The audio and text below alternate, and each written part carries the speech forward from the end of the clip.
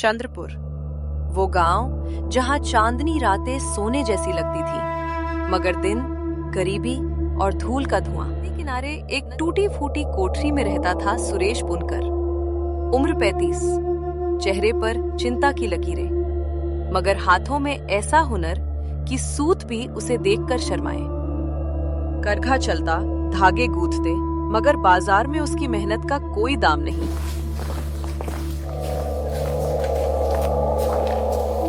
अरे सुरेश भैया, आज फिर बस एक ही साड़ी बिकी। कल की मजदूरी अभी बाकी है, भूल मत जाना। जी सेठ जी, कोशिश जारी है। दिल में आग जलती मगर चेहरा मुस्कुराता, यही था सुरेश।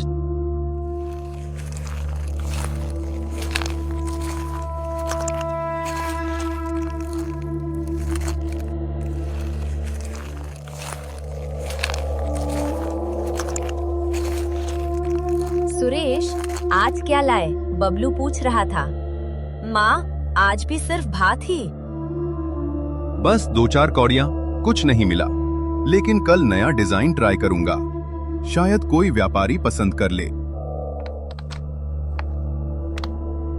पापा, आज स्कूल में सब रंगीन कपड़े पहनकर आए थे।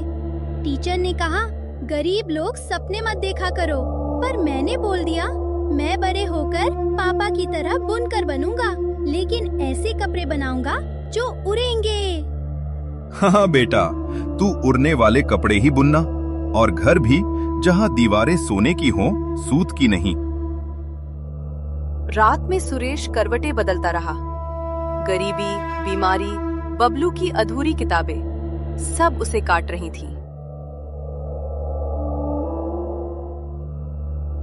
अगली सुबह, रानी, आज 3 साड़ियां पूरी करूंगा, कुछ न कुछ तो बदलेगा। लेकिन किस्मत, वो तो जैसे सुरेश से नाराज बैठी थी।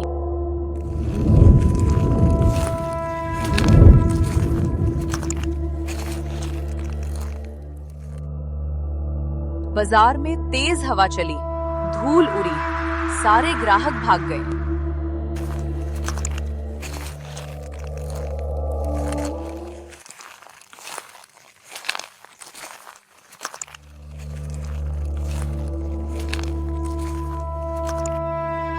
सुरेश, मुखिया कह रहा था कोठरी नदी के पास है, बाढ़ आई तो बह जाएगी, कर दो या गांव छोड़ो।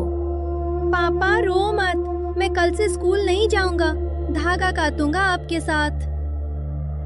रात भर नींद नहीं आई। रात भर नींद नहीं आई। कल जंगल जाऊंगा, कुछ लकड़ी, कुछ जड़ी बूटियां, शायद कुछ मिल जाए। जंगल गहरा, रहस्यमयी और खामोश, पेड़ों की सरसराहट जैसे रहस्य फुसफुसा रही हो।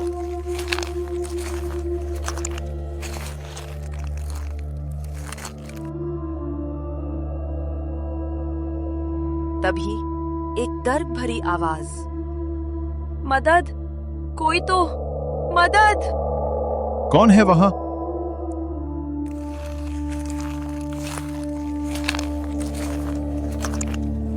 बेटा, रास्ता भटक गया, पैर में कांटा, प्यास लगी है, यहाँ जीवन मुश्किल। आप रुकिए, मैं पानी लाता हूँ, कहाँ मिलेगा? 3 मील आगे एक पुराना कुआं, लेकिन सावधान, वहां भूत प्रेत की बातें हैं। सुरेश लोटा लेकर दौड़ा, जंगल सिहरता हुआ। कुएं पर पहुंचा तो पानी मीठा लग रहा था।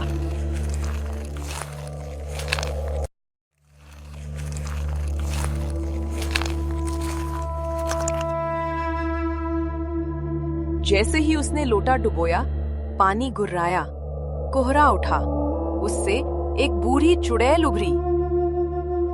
कौन है तू? ये कुआं मेरा, पानी लेने आया है। माँ, एक साधु मर जाएंगे, उनके लिए पानी।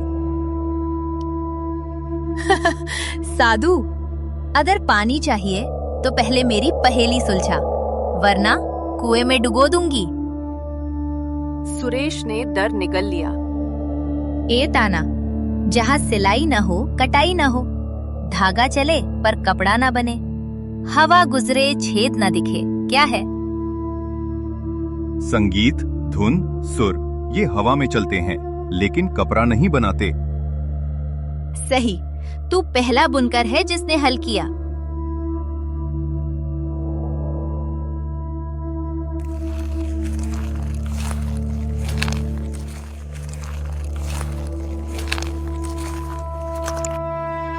बेटा, तूने चुनौतियों को हराया, अब तेरे लिए एक वरदान है।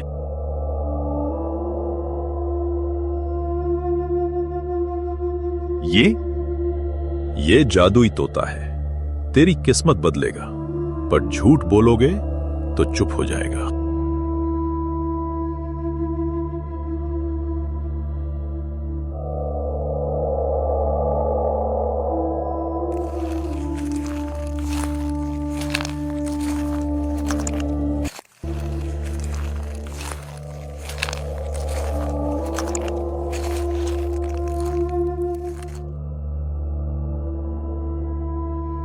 ए भगवान, ये तोता कहाँ से आया? माँ, ये मेरा भाई है। सुरेश, मैं साधारण तोता नहीं हूँ, मैं राजा का खोया बेटा हूँ, श्रापित। चुड़ैल ने मुझे ऐसा बनाया, पर राजा को मत बताना, वरना श्राप लौट आएगा।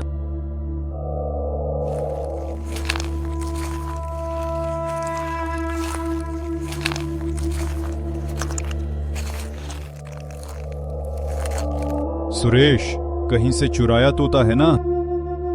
नहीं ठाकुर जी, मिला है बस।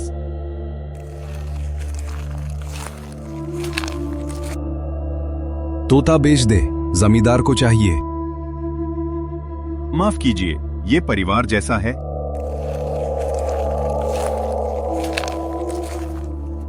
कुछ दिनों बाद व्यापारी आया।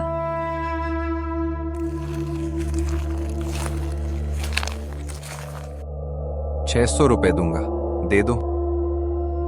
रानी परेशान, बबलू रो पड़ा। सुरेश ने फिर मना कर दिया।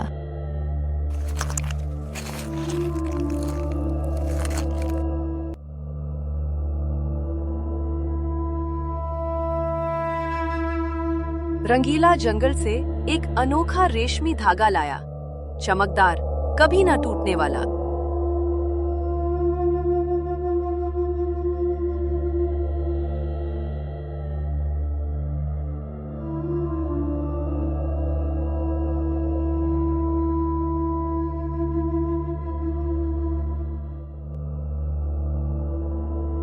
सुरेश ने उस धागे से साड़ी बुनी और बाजार में 100 रुपए मिल गए।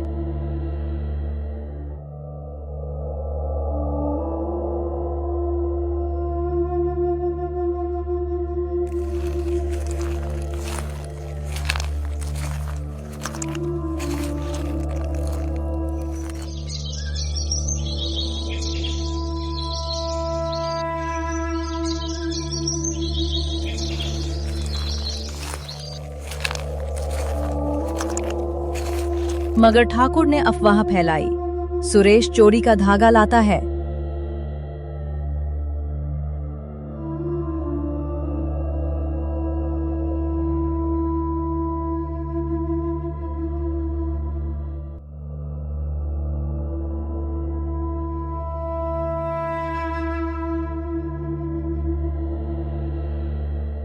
और फिर मुखिया का सोने का कंगन चोरी हो गया।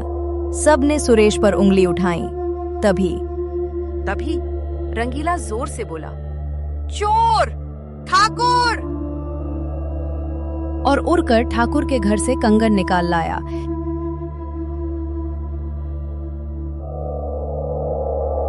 गाँव हक्के बक्के। ठाकुर ने सच उगल दिया।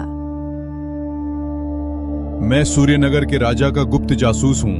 मैं तोते की तलाश में आया था। सुरेश का दिल धक से रह गया।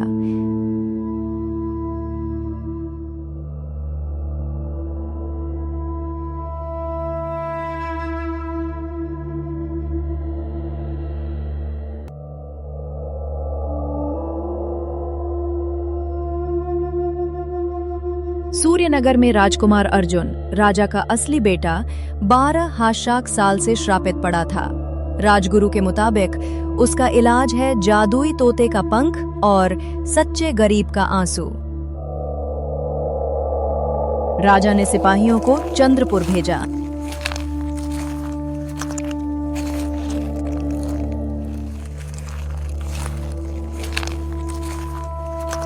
जब राजा गांव पहुंचा,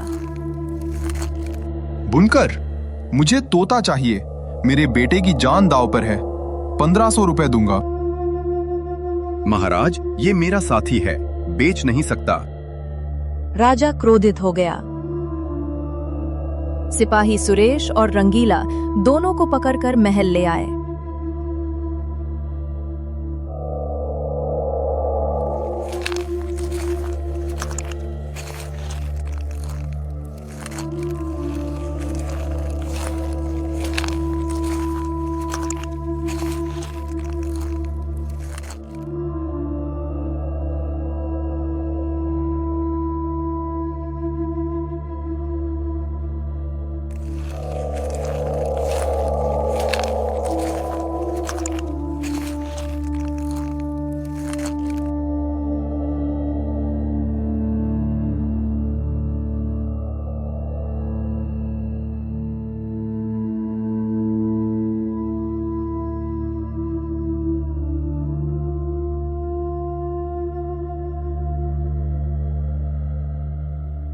सुरेश, एक और सच बताऊं? तेरे दादा ने मेरे पिता राजा को धोखा दिया था, इसलिए चुड़ैल ने हमें श्राप दिया। तू मेरा सगा भाई है। सुरेश के पैरों तले जमीन खिसक गई।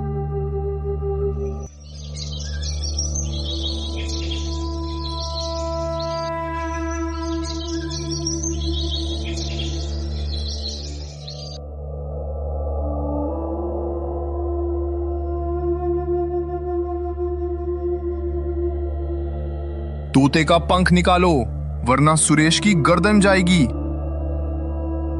महाराज, एक आखिरी बार रंगीला को छू लूं?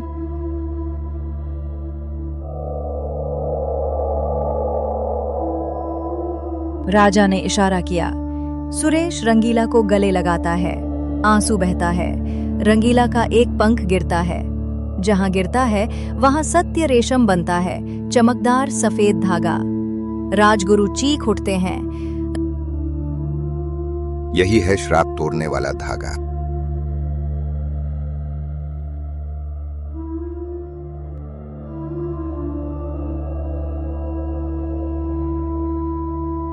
राजकुमार अर्जुन पर धागा लपेटते हैं। वो जाग जाता है। राजा रो पड़ता है। फिर सुरेश के सामने आता है।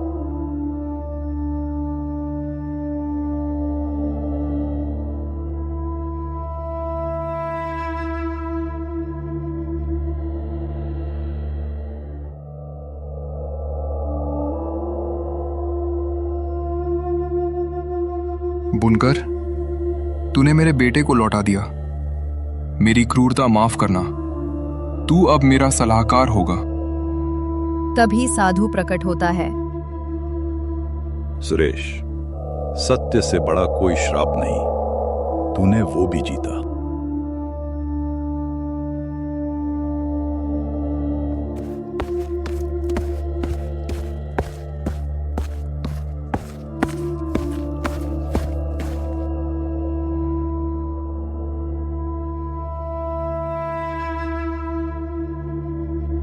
सुरेश परिवार के पास लौटता है। सब खुश, गांव में उत्सव।